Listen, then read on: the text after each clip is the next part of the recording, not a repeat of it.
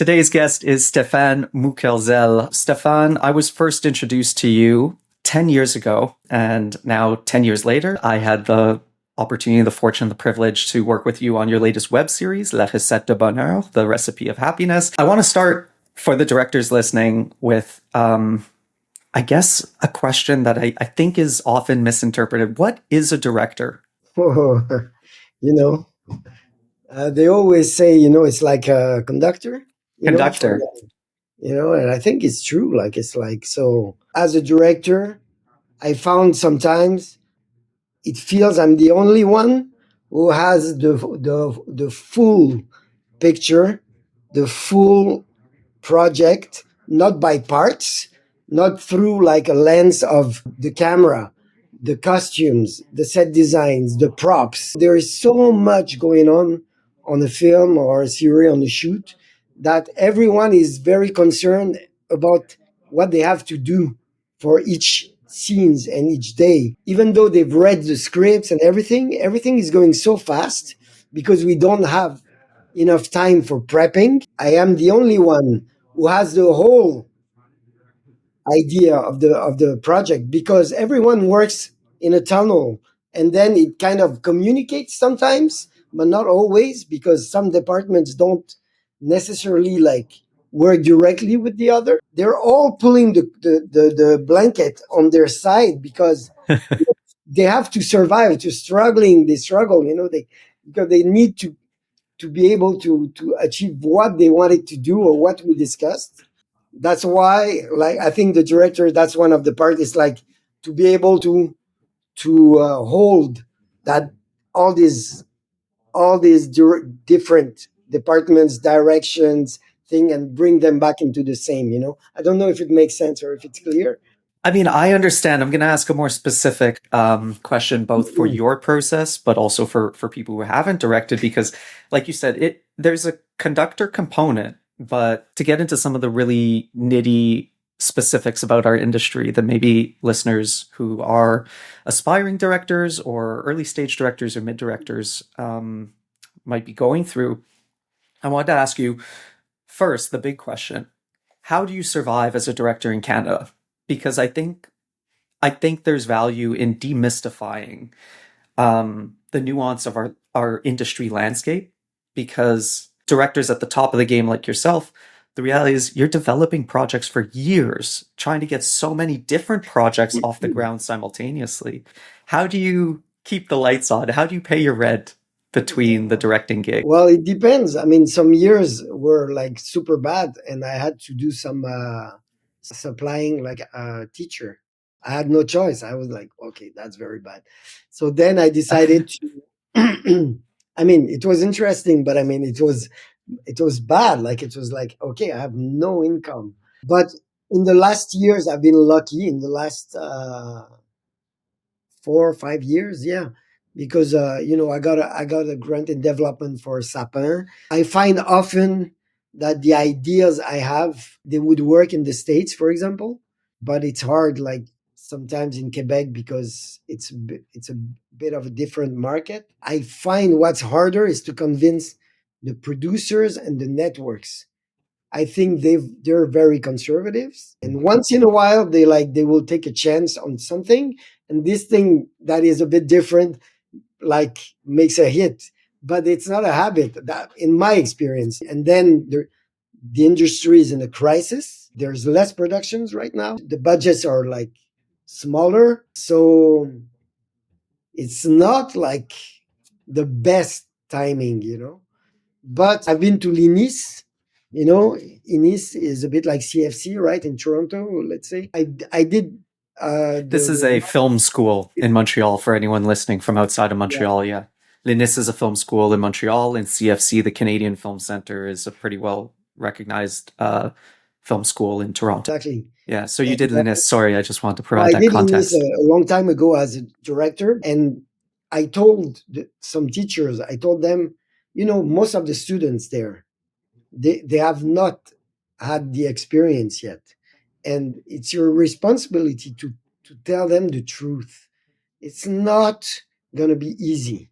It's not like you do, because most of the students, they go in, they come out, you're a student, you're passionate, you're like, you want to, like, you have ideas, projects, and it's going to take time. It might take a lot of time. It might take years. It might take, you have to be perseverant. I mean, otherwise you're just going to forget it. That's what most of people do, because because it's not sustainable, because there's more and more people who wanting to direct, and there's less money. There's not going to be more money. I don't know. I hope it answers the questions. Yeah, look, you nailed the kind of existential element that I think it's like you said to the teachers is very important that I think we talk about transparently. And Hmm. for what I think might be the majority of our potential audience, I think it's a great time to dig into your short film career because short films are so important for all of those things from developing your craft as a director to developing your community, like you spoke to, which also allows you to develop your shared language with those heads of departments so that when you get to the film, like Sapin, I don't know if you worked with Marie on shorts before, but like my DP that I just worked with, we've worked on now 4 shorts and a ton of corporate videos. And there are moments where we'll get a take and he'll look at me and I'll look at him. And there's like an unspoken acknowledgement in the pause. And then I'll tell the AD, like, we're going again, you know, because I saw the camera shake or, he saw the actor's performance just not be totally in it the whole time. So let's talk about short films. I've seen Nous Avions, and I know you did at least one other short film. Can you tell me about your short film career and how, any lessons you might have learned from that could be still valuable to emerging filmmakers today? So I made shorts with no money. So when I make Nous Avions, for me it was a big stress, because I was like, okay, now I'm like, that's the first film I'm applying for, and what do I have to bring? Like, who am I? And so, okay, I was not born in Canada, but I was born in West Africa, from Lebanese parents. I came here for CEGEP. So what I brought to my experience is that the idea came from me. From I was shooting for a music video.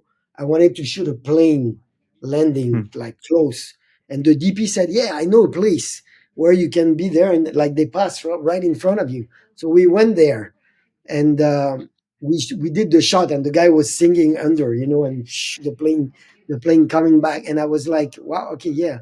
And then I see this pickup pulling, and this guy with his cooler taking a beer and watching the planes, and just that image, I was like, wow, okay, that's a nice image, like for a film.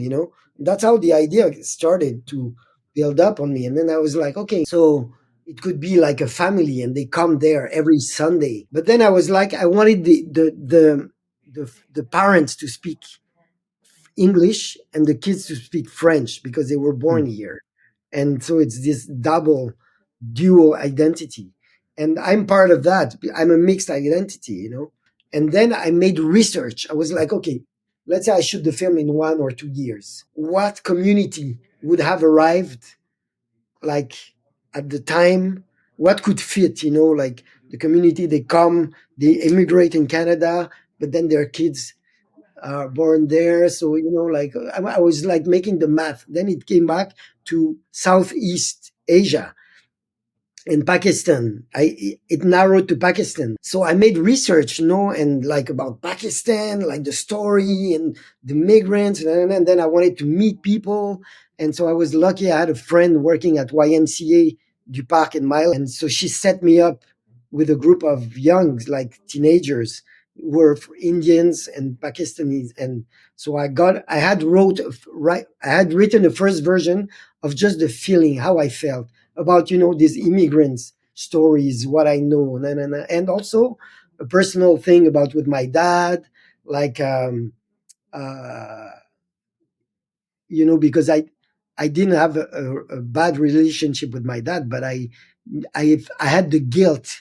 I felt the guilt of being away When you're young, you leave, you're like, you have the life ahead of you. But then when I was going back for Christmas or holidays, I could feel like how hard it was for them, for me when I was leaving, Hmm.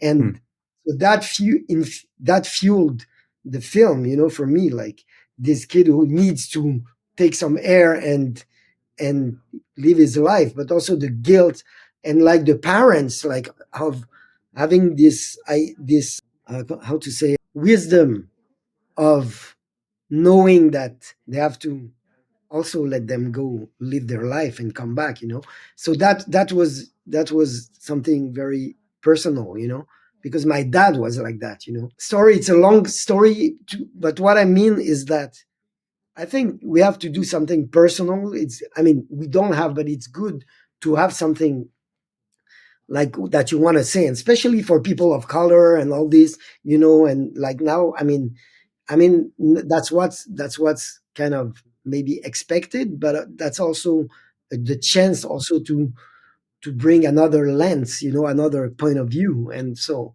I mean, I don't think people have to hesitate to go into that, to tap s- into this experience. What I think is so amazing about Quebec is we do really appreciate the short film as its own artistic medium. And there are so many spectacular short films that come out of here. And like Nous Avions, and they work with the medium, whereas to be honest, outside of Quebec, most short films are so clearly either a proof of concept or a feature film idea that's like crunched into Mhm. 7 to 12 minutes, and they don't really go anywhere because it's like it's Yeah. so clearly a square peg in a round hole. I guess what I was just hoping for you to speak to is I mean, what I can speak to is look how much like work it takes just to get your first grant. I think a lot of artists are like waiting for the permission of that first grant to then make their first short. And it's like, you guys, like, you gotta find a way to get the reps in at the gym, right? And then while you're just getting the reps in at the gym, you got to find a way to pay your bills. So I guess my question was like, what advice might you have for people who are trying to break into the industry with shorts or are making shorts and they're not yet at like a longer form if they want to do that? What advice might you have for them to get those reps in at the gym?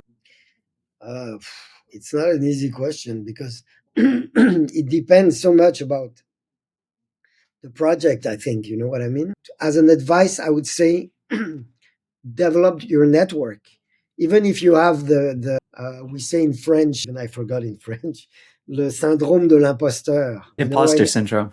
imposter syndrome.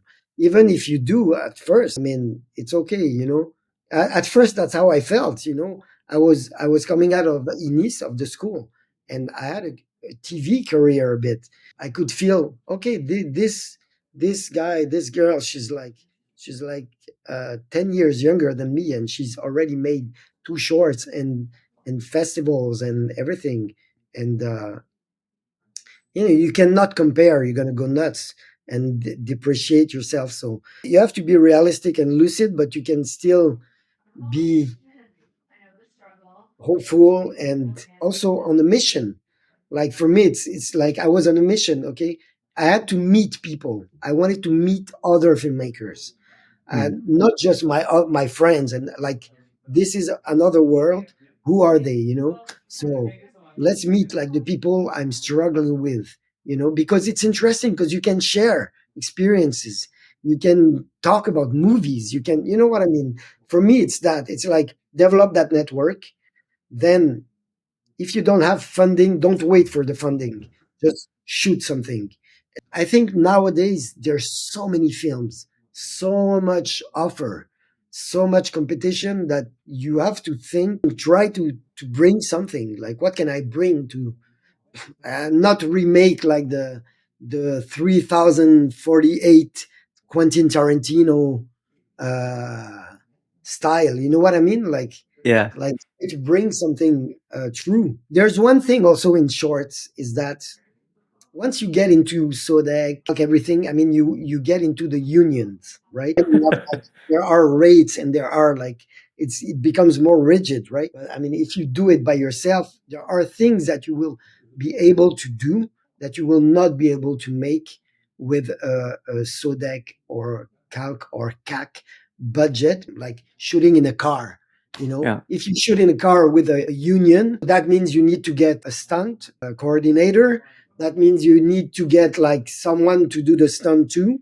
That means, all this adds up like on the budget. Mhm. And then you're like, fuck, man, we don't have the budget to do it. Yeah. So There when it you don't goes. have the Yeah. budget, you can do it. You have to be cautious. You Yeah. cannot do anything too stupid, you know what I mean? But you can do stuff that you will not be able to do with the budget. So Um, so let me ask you now with La Recette du Bonheur, your web series, because once again, I'm very honored to have been involved because I feel, actually, I guess we talked about this before hitting record. I feel like the web series is such a strange format at the moment, especially in Canada. And it's particularly being kind of positioned, I think, as an opportunity for BIPOC and marginalized filmmakers to take the step from short format to long format. mhm. I don't really think I think it's well intentioned, but it's questionable because so many of the people given opportunities already have substantial award winning bodies of work in short film. So it feels like a bit of a cop out to not give filmmakers the opportunity to do more talent to watches or more $250,000 micro budgets. To say you have to do a web series first seems counterintuitive because it's a different format. Um, and that's, I think a lot of people get set to fail. To be honest, a lot of the web series I see on CBC, they're not very great. They feel kind of low end. But your web series does feel like it's a proper show. It's cinematic, it's clearly well written, super tight, well edited.